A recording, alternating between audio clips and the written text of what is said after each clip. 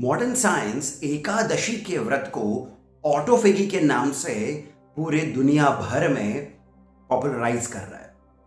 वैसे ये भले ही वेस्ट के लिए एक बॉडीली कोई बेटरमेंट का प्रोसेस होगा, जब तक इसमें अध्यात्म नहीं आएगा ये किसी काम का नहीं है।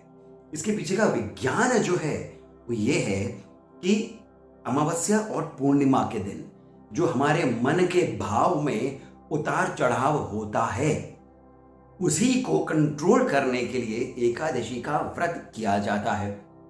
जब आप एकादशी का व्रत करते हैं तब इसका पारण जो होता है वो द्वादशी को होता है। फिर बाद में जो आपकी अमावस्या और पूर्णिमा आती है उसमें या फिर उस तक आते आते आपका शरीर जो है बैलेंस में आ जाता है। जो भी ध्यान करता है, मंत्र का जाप करता है, साधना करता है, उसके लिए ये पूरा प्रोसेस बहुत उपयोगी होता है। तो एकादशी का वैज्ञानिक महत्व भी है जो कि आपके शरीर के लिए भी है, जिसे ऑटोफेगी करके वेस्ट पॉपुलराइज कर रहा है। इसका एक मनोवैज्ञानिक साइकोलॉजिकल महत्व भी है और वो जुड़ा हुआ है आपकी स्पिरिचुअलिटी के साथ भी।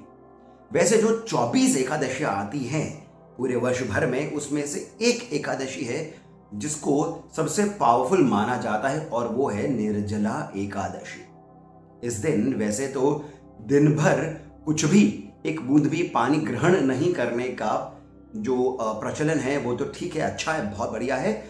परंतु आज की हमारी इस दुनिया में हर किसी के लिए ऐसा करना बहुत मुश्किल हो जाता है। अब ऐसे में क्या क्या कर सकते हैं?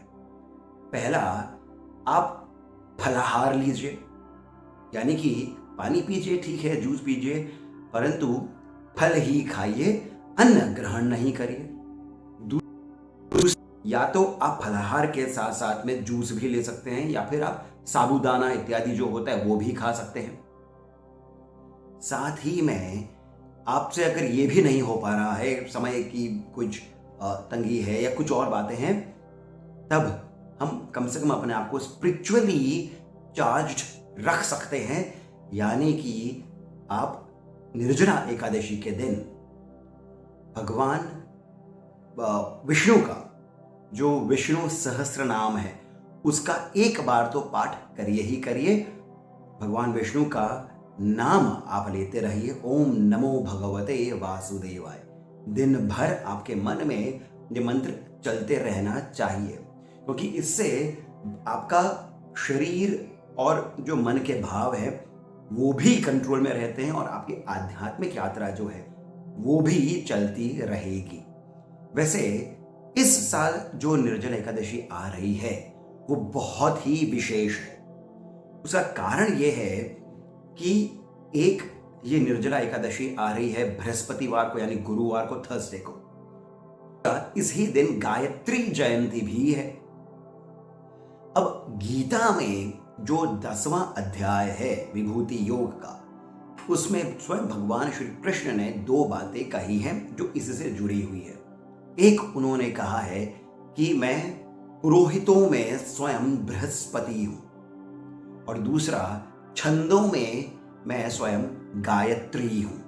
अब इन दोनों का अर्थ क्या हो गया कि दोनों, जैसे गुरु जो ग्रह है, बृहस्पति जो है, गायत्री मंत्र का जो एक आध्यात्मिक उसका फल होता है, उसका प्रभाव आपके जीवन पर पड़ता है। इन दोनों को हम अलग अलग नहीं करके यदि इस गुरुवार के ही दिन भगवान विष्णु के नामों का जाप करें, सहस्रनाम का पाठ करें, तब आपको दोनों ही का जो फल है वो बहुत ही सुंदर रूप से प्राप्त हो जाता है।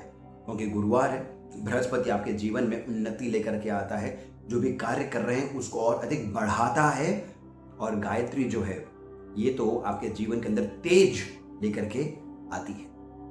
तो इस दिन निर्जला एकादशी के दिन आप विष्णु सहस्रनाम नामावली का भी जाप कर सकते हैं, या फिर ओम नमो भगवते वासुदेवाय, ओम नमो नारायणाय, इस प्रकार से मंत्रों का भी आप जाप दिन भर करते रहिए। बहुत ही सुंदर दिन है, इसे आप गंवाइए नहीं।